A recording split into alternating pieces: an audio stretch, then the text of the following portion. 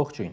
Սա հերթական օրն է, որ մենք զարմանում ենք պետության ղեկավար աշխատողի անադեկվատության վրա։ Նիկոլ Փաշինյանը իրավապահների գրոհ է կազմակերպել Ռուսաստանաբնակ հայտնի գործարար, բարերար Սամվել Կարապետյանի Երևանում գտնվող առանձնատան վրա։ Գիտեք ինչի համար։ Այսօր Սամվել Կարապետյանը աջակցության խոսք է ասել եկեղեցում։ Ասել է. մի փոքրիկ խմբակ, մոռանալով հայոց պատմությունը, հայ եկեղեցու հազարավոր տարիների պատմությունը, հարձակվել է հայ եկեղեցու վրա, հայ ժողովրդի վրա։ Ես միշտ եղել եմ հայոց եկեղեցու կողքին ու հայ ժողովրդի կողքին։ Եթե քաղաքական գործիչներին չհաջողվի, ապա մենք մեր ձևով ենք միջամտելու եկեղեցու դեմ արշավին։ Սովորական սատարումի խոսք։ Փաշինյանը կատաղեց, փրփրեց, Facebook-յան էջում հայոյախառն գրառումներ արեց ու հատուկ ջոկատայինները գրոհեցին Սամվել Կարապետյանի տան վրա։ Իհարկե, փաշինյանական տրամաբանությամբ միանգամայն հասկանալի է։ Նիկոլ Փաշինյանը, ինչպես երևում է, փորձում է հիմքից քանդել եկեղեցին, իսկ Սամվել Կարապետյանը մայրաթոռի երկարամյա բարերարներից մեկն է։ Փաշինյանը Սամվել Կարապետյանի ու հայ ժողովրդի հետ ունի բարոյական պատերազմ, հավատի պատերազմ, ըստ երևույթին կրոնի պատերազմ։ Նիկոլ Փաշինյանի այս անադեկվատությունը ընդ որում բավականին խառը իրավիճակում է դրսևորվում, երբ մեր երկրի կառավարությունը իր բոլոր օղակներով պետք է զբաղված լիներ այլ ուղղությամբ, վտանգներ չեզոքացնելու, աղետի պատրաստվելու ուղղությամբ։ Ինչ է տեղի ունենում։ Իրան-Իսրայել պատերազմը խորանում է եւ երկուստեք ահռելի կորուստներ են կրում։ Հարվածների տակ են մայրաքաղաքները, թե ռազմական, թե քաղաքացիական օբյեկտները։ Չկան բանակցություններ, գործը անում են ռումբերը։ Ուզում եմ իրավիճակը գնահատենք Հայաստանի վրա հնարավոր ազդեցության տեսանկյունից։ Ունենալով մեծ սփյուռք աշխարհի բոլոր անկյուններում, ցանկացած վտանգ սպառնալիք է հայերի համար եւ ցանկացած աղետից տուժում են նաեւ մեր հայրենակիցները։ Կլինի Ռուսաստանում, կլինի Ուկրաինայում, Սիրիայում, Իսրայելում, Իրանում կամ այլուր։ Իրանը հարևան, բարեկամ պետություն է, բնական դաշնակից, Սյունիքի մասով, ինչ-որ չափով անվտանգության երաշխավոր։ Այս պատերազմից նաև Հայաստանն է արդեն վնասներ կրում ու ցավոք դեռ կրելու է։ Ահազանգ է հնչում, որ Իրանի Իսլամական Հանրապետության տարածքում ագարակի անցակետի մոտ շուրջ 1000-ից ավելի բեռնատար չի կարողանում հատել սահմանը եւ Հայաստան մտնել։ Իրանը ծանրակշիռ տեղ ունի Հայաստանի հետ արտաքին առևտրաշրջանառությունում։ Հայաստան-իրանական ապրանքների ներկրումները մեծ թիվ են կազմում։ Իրանի կարևորությունը չափազանց մեծ է որպես տարանցիկ երկիր եւ փաստացի կանգնել է երկիրը տնտեսական լուրջ խնդիրների առաջ։ Հայաստանի սահմանները 4 հարևաններից 2-ի հետ փակ են։ Իրանի հետ այս պահին կա խնդիր։ Վրաստանի հետ ունենք խնդիր։ Տարբեր տեսակի բեռներ սահմանը չեն կարողանում հատել։ Փաստի առաջ է Հայաստանը կանգնած ու չգիտի ինչ է անելու այս իրավիճակում, չի որոշել։ Ֆինանսների նախարարն ասում է, տեսնենք զարգացումները ոնց են լինում, կորոշենք։ Ֆինանսների նույն նախարարը նշում է, որ Իրանից եկող ապրանքը կարող է թանկանալ, կարող են որպես արդեն վտանգավոր գոտի ներդրումային ռիսկեր լինել, դե պատկերացրեք։ 4 հարևաններից 2-ի հետ թշնամական հարաբերություններ են, երրորդ հարևանը պատերազմի մեջ է, էլ ինչ ներդրում։ Ֆինանսների ԿՊԱ-ական նախարարն ասում է, ռուս-ուկրաինական պատերազմից էլ էինք վատ բանի սպասում, բայց տեսակ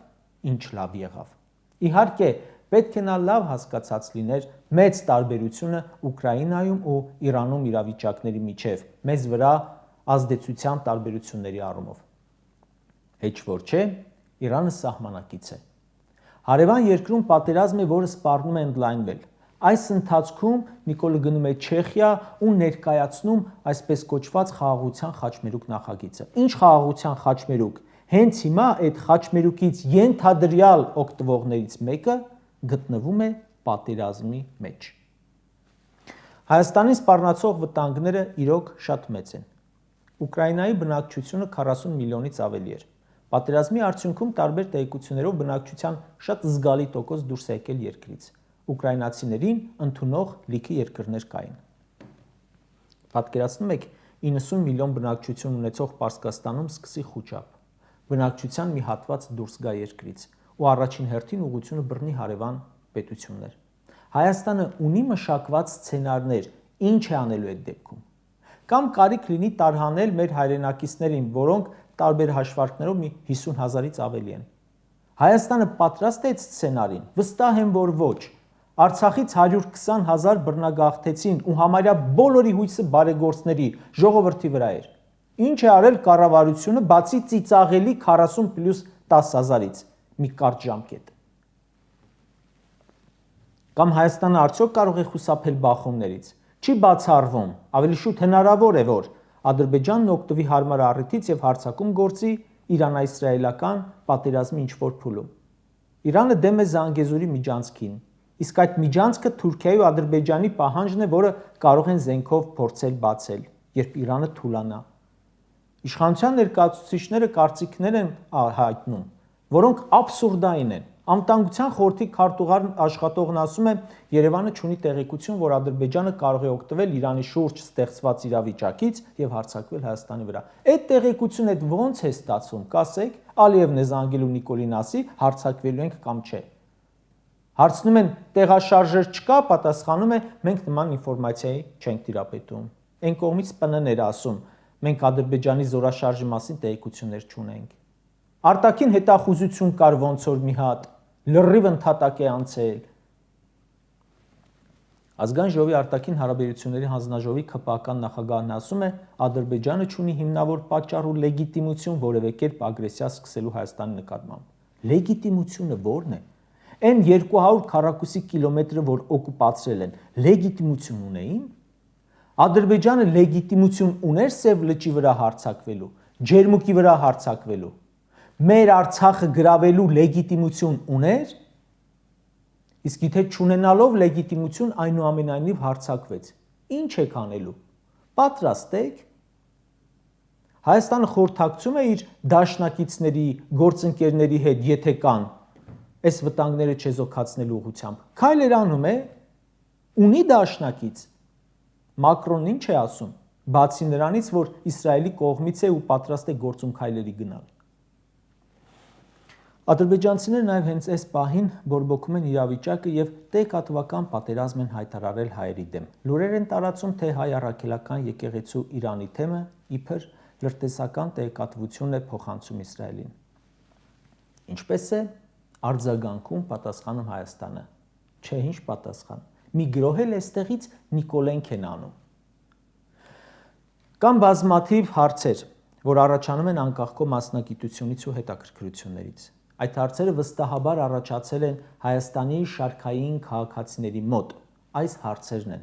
ու պատասխանները ստիպված են իրենք ենթադրել, որովհետև կառավարությունը անհասկանալի է գործում։ Կարճ ասած, ամենավատը այս իրավիճակում Հայաստանի Հանրապետության վարչապետի անադեկվատությունն է։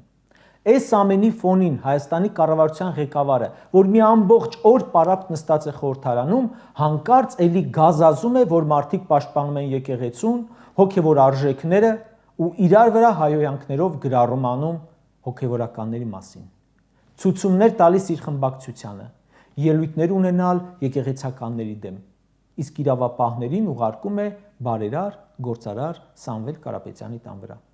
Սա մեր վիճակի ողբերգականության մասին է, Ժողովուրդ ջան։ Սա նշանակում է, որ մենք աղետի մեջ ենք։ Մեզ համար ցանկացած պատերազմ, հարձակում պակաս վտանգավոր է, քան այն, որ մենք ունենք ոչ ադեկվատ վարչապետ։